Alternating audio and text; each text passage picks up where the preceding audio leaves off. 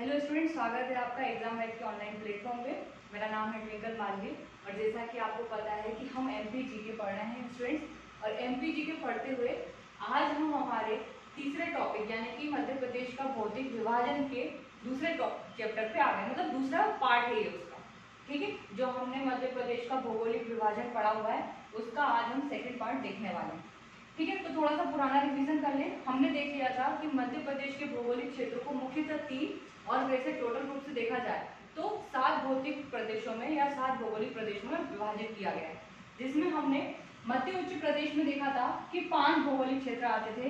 एक मध्य भारत का पठार, दूसरा मालवा का पठार, तीसरा बुंदेलखंड का पठार, चौथा रीवा पन्ना का पठार, पांचवा नर्मदा सोन घाटी, फिर सतपुरा मेघाल श्रेणी अलग और पूर्वी पठार के रूप में बगलखंड का पठार अलग होता है। ठीक है, तो ये 3 भाग रहते हैं, है ना। हमने मध्य भारत के पठार को पढ़ लिया था, है ना। इसमें हमने ये पढ़ा हुआ था कि यहाँ पे सरसों ज्यादा होती है। इसके साथ ही मध्य भारत के पठार में हमने बहुत सारी चीजें आपको बताई थी। ठीक है, साथ ही इसे आप लोग चाहे तो लिख सकते हैं, इसे क्या कहा जाता है, नाम चंबल का उपाद्र प्रदेश। अगर आपसे पूछा जाए कि चंबल का उपाद्र प्रदेश किसे कहा जाता है तो वो मध्य भारत के पठार को कहा जाता है। ठीक है, तो ये हम तो मध्य भारत के पठार में पूरी चीजें देख चुके थे कि इसमें कौन से जिले लग रहे हैं। मैंने आपको बीहड़ के बारे में बताया था कि चंबल नदी के द्वारा बीहड़ों का निर्माण किया गया है यहाँ पर। ठीक है, अब हम मालवा के पठार में देखें तो मालवा के पठार में भी हमने सब कुछ पढ़ लिया था कि यहाँ की जलवायु को फायान ने सर्वश्रेष्ठ जलवायु बोला है ना। मालवा का पठार एक कैसा पठार है, ये एरिया क्या है, मालवा के पठार का एक समृद्ध क्षेत्र है, समृद्ध क्षेत्र। ठीक है, क्योंकि यहाँ आपने देखा था बहुत सारे उद्योगों का विकास हुआ है। ठीक है, डेवलपमेंट अच्छा है इस एरिया में। इसी के साथ एक चीज वो लिखेंगे आप कि अगर आपसे पूछ लिया जाए कि कर्क रेखा किस पठार को 2 भाग में बांटती है, तो कर्क रेखा मालवा के पठार से होकर गुजरती है। या फिर ये सब पूछा जा सकता है आपसे कि निम्नलिखित में से कौन सी रेखा मालवा के पठार से होकर गुजरती है, तो आपको बताना है कि कर्क रेखा मालवा के पठार से होकर गुजरती है। हम एग्जैक्ट मध्य में नहीं, लेकिन मान सकते हैं कि मध्य से होकर गुजरती है ना।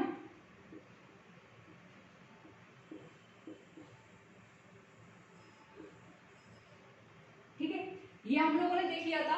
अब आप मालवा के पठार के बारे में मैंने आपको यहाँ की चोटियां भी बताई थी कि यहाँ की सबसे उच्च चोटी सिगार चोटी बताई थी मैंने, सिगार 881 मीटर।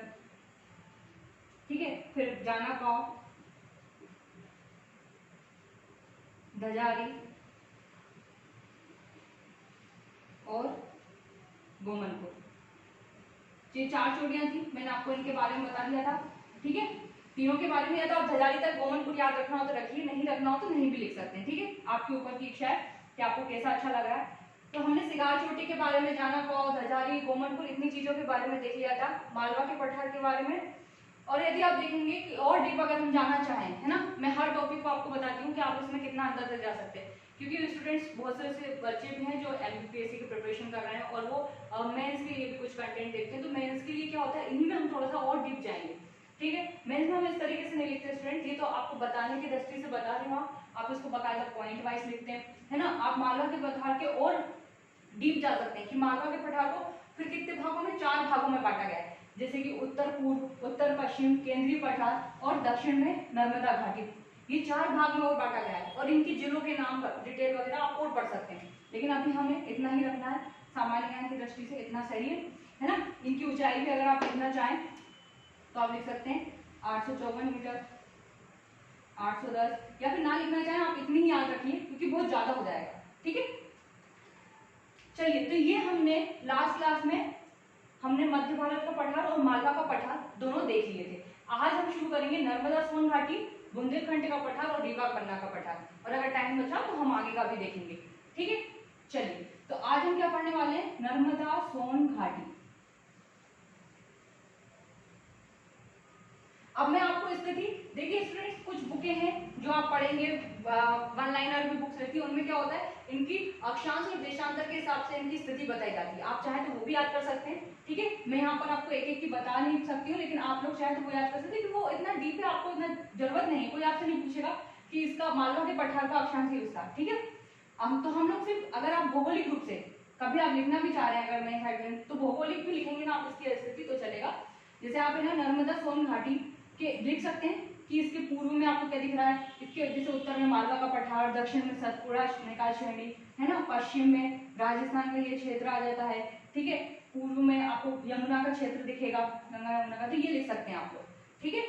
वो मैं बार बार नहीं बताऊंगी, आप हर पठार का अपने हिसाब से बना सकते हैं भौगोलिक क्षेत्र की भौगोलिक स्थिति क्या है, ठीक है। अब हम आते हैं किस पे,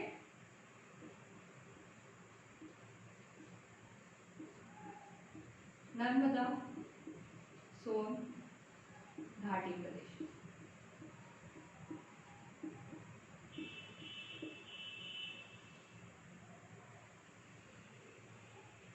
ठीक है, नर्मदा सोन घाटी प्रदेश में हम देख रहे हैं कि सबसे पहले हम ये देखेंगे कि मालवा के पठार के बाद, भले आपको यहाँ दिख छोटा रहा है, इसका विस्तार पूर्व तक है, देखेंगे आप, तो मालवा के पठार के बाद दूसरा यदि सबसे बड़ा भौगोलिक प्रदेश पूछा जाए तो वो कौन सा है, नर्मदा सोन घाटी, दूसरा सबसे बड़ा, ठीक है। यदि हम परसेंटेज वाइज देखें तो इसमें लिखा है 86,000 वर्ग किलोमीटर और 26% कहीं कहीं आपको 27 मिलेगा, लेकिन आप लगभग अनुमान रखाएं 26 से 27% इसका है, मतलब मालवा के पठार के बाद ये दूसरा सबसे बड़ा भौगोलिक क्षेत्र है, दूसरा सबसे बड़ा भौगोलिक क्षेत्र।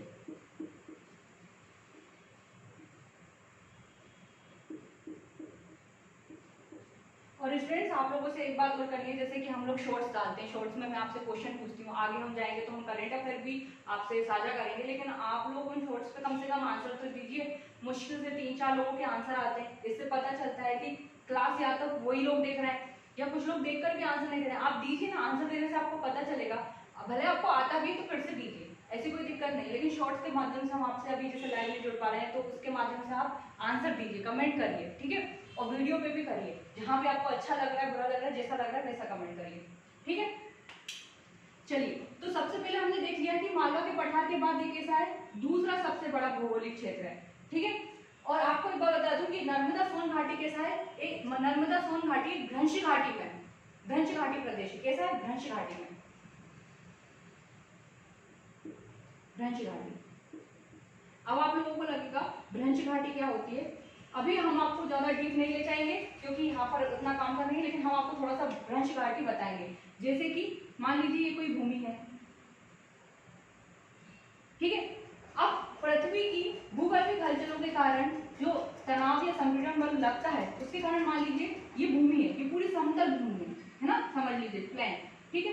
अब इसमें क्या होता है, ये वाला भाग नीचे की ओर धंस जाता है, नीचे की ओर धंस जाता है, ठीक है, ये ऐसा, ये वाला भाग नीचे की ओर धंस गया, तो ये दो उठे हुए क्षेत्र हो गए, है ना, ये दो उठे हुए क्षेत्र हुए, तो इस क्षेत्र को क्या कहा जाता है, भ्रंश घाटी या रिफ्ट वैली, ठीक है, रिफ्ट वैली। और जो हमारी नदी है नर्मदा नदी, वो किसमें बहती है, रिफ्ट वैली में, यानी कि भ्रंश घाटी में। आप देखेंगे कि इसके इस तरफ कौन सा दिखेगा आपको, विंध्यन पर्वत। ऑब्वियसली जब कोई चीज ऊपर हो गई है, समतल से ऊपर हो गई है, तो ये कैसे दिखेगा, विंध्यन, मतलब पर्वत के रूप में दिखेगा, ठीक है। और यहाँ पर आप देखेंगे सतपुड़ा, और बीच में आपकी कौन सी, नर्मदा की भ्रंश घाटी, नर्मदा, ठीक है। तो आप ये समझ गए होंगे कि भ्रंश घाटी क्या होती है, अभी सिर्फ आप इतना ही समझना है, सिंपल, ठीक है।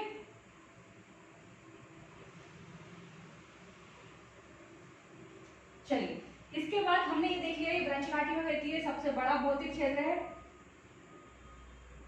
आगे देखेंगे, जैसे आपसे पूछा जाएगा कि मध्य प्रदेश का सबसे ऊंचा स्थान कौन सा है, तो अभी हम देखेंगे सतपुड़ा में, आपको याद हो जाएगा तो ध्रुवगढ़ आप बताते हैं, जिन बच्चों ने पढ़ा भी है। अगर आपसे पूछा जाए तो नीचा स्थान कौन सा है, तो ये मध्य प्रदेश का क्या है, निचला स्थान है ना, भ्रंश घाटी में भी निचला स्थान है, ठीक है, निचला स्थान।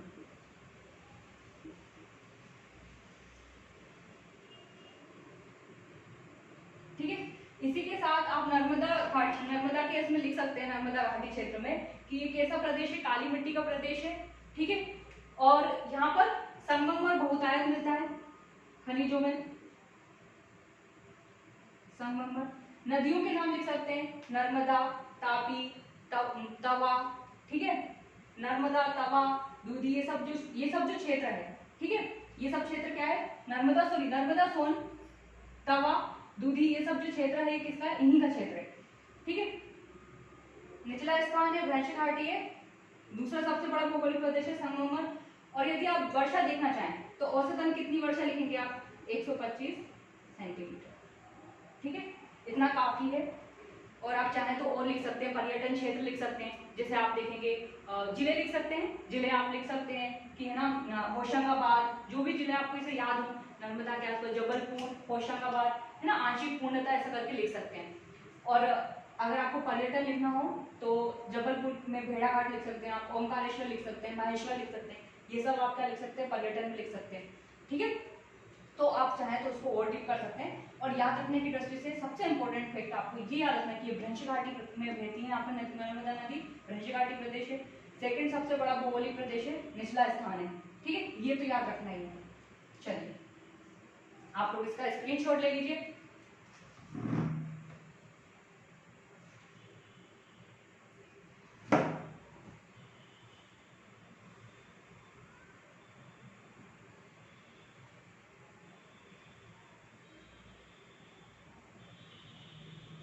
चलिए अब हम हमारा 4th नंबर पे आएंगे, क्या, बुंदेलखंड का पठार।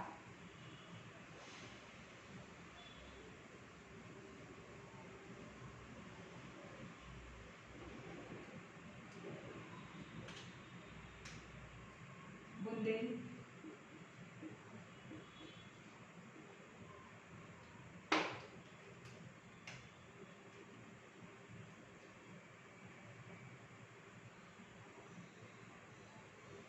बुंदेलखंड का पठार।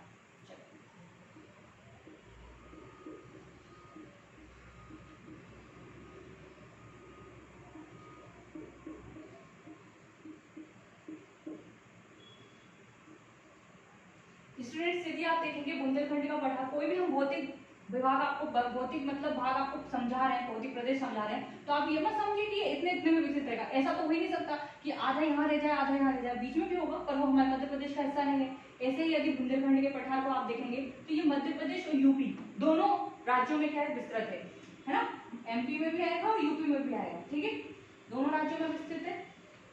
दूसरी आप इसकी बात करें तो इसको यदि आप देखेंगे बुंदेलखंड में, बुंदेलखंड के पठार की सबसे ऊंची चोटी सिद्धवा,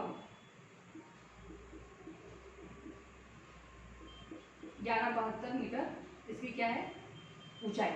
बुंदेलखंड की सबसे ऊंची चोटी क्या होगी, सिद्ध बाबा, है ना, 2 स्टेट में है ये विस्तृत। ठीक है, यदि आप इसकी जलवायु की बात करें, जलवायु की बात करें तो सेम महाद्वीपीय प्रकार की जलवायु, महाद्वीपीय प्रकार की जलवायु में क्या होता है कि गर्मी में क्या होता है, ज्यादा गर्मी, और सर्दी में ज्यादा सर्दी। ठीक है, गर्मी भी अच्छी, मैं ऐसा एरो बना देती हूँ उससे आप समझ जाना, और सर्दी भी ज्यादा। और यदि नर्मदा सोन घाटी की आपको जलवायु लिखनी हो तो आप जानते हैं कि ये कैसा, यहाँ पर क्या है, नर्मदा नदी और नदियों का क्षेत्र है, तो यहाँ गर्मी तो ज्यादा पड़ती है लेकिन सर्दी क्या होती है उस मात्रा में थोड़ी कम पड़ती है। ठीक है, तो यहाँ पर क्या है, गर्मी में भी ज्यादा गर्मी, सर्दी में भी ज्यादा गर्मी। और यदि वर्षा की बात करें, वर्षा आप लिख सकते हैं यहाँ पर 75 से 100 सेंटीमीटर औसतन। ठीक है, इसके अलावा बुंदेलखंड के पठार में आप लिख सकते हैं इसका निर्माण किससे हुआ है, आप लिख सकते हैं ग्रेनाइट, नीस की चट्टानों से, नीस।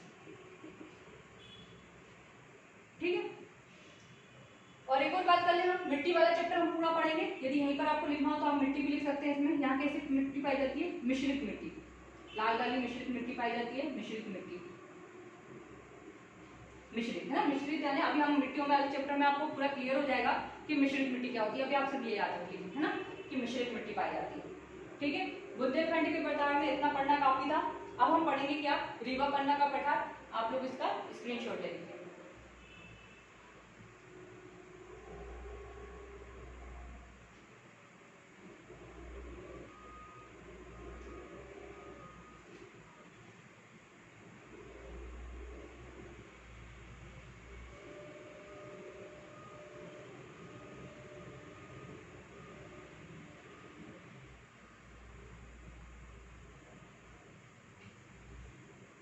ठीक है स्टूडेंट्स, आप लोगों ने स्क्रीनशॉट ले लिया होगा।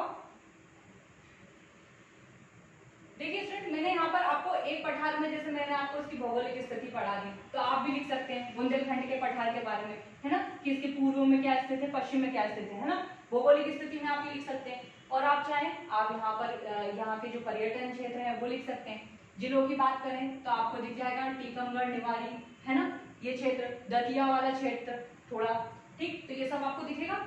तो ये जिले भी आप लिख सकते हैं, पूर्णतः आंशिक ऐसे करके लिख सकते हैं। चलिए अब हम आ जाते हैं किस पे, रीवा पन्ना के पठार पे।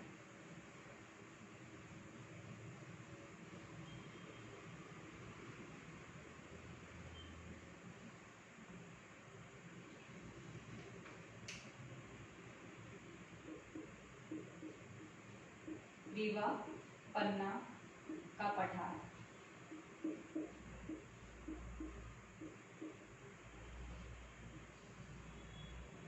ठीक है। पहली बात तो इसे क्या कहा जाता है, इसे विंध्य का कगारी क्षेत्र भी कहा जाता है। विंध्य का कगार क्षेत्र, कगार का मतलब क्या होता है, एक जो जहां से पर्वत श्रृंखला कटी फिट जाती है, ये समझ लीजिए इस तरह से, ठीक है। इसे क्या कहा जाता है, विंध्य का कगार क्षेत्र, ठीक, जैसे उसको चंबल का उपाद्री क्षेत्र भी कहा जाता है। स्टूडेंट जैसे अभी तो प्रीलिम्स में तो नहीं, फिर मेंस में आप जाएंगे तो हम और डीप पढ़ते हैं, तो हम लोग कृषि जलवायु क्षेत्र भी पढ़ते हैं, ठीक है। ऐसे ही इस एरिया को, जो मध्य भारत के पठार को जहाँ चंबल को उपाद्री प्रदेश कहते हैं, उसे गिर्द प्रदेश भी कहा जाता है। वो मैंने अभी आपको नहीं बताया, है ना, होगा तो हम वो भी होगा तो उसे भी पढ़ेंगे पूरा, ठीक है। इसे विंध्यन कगारी क्षेत्र भी कहा जाता है, विंध्य का कगार,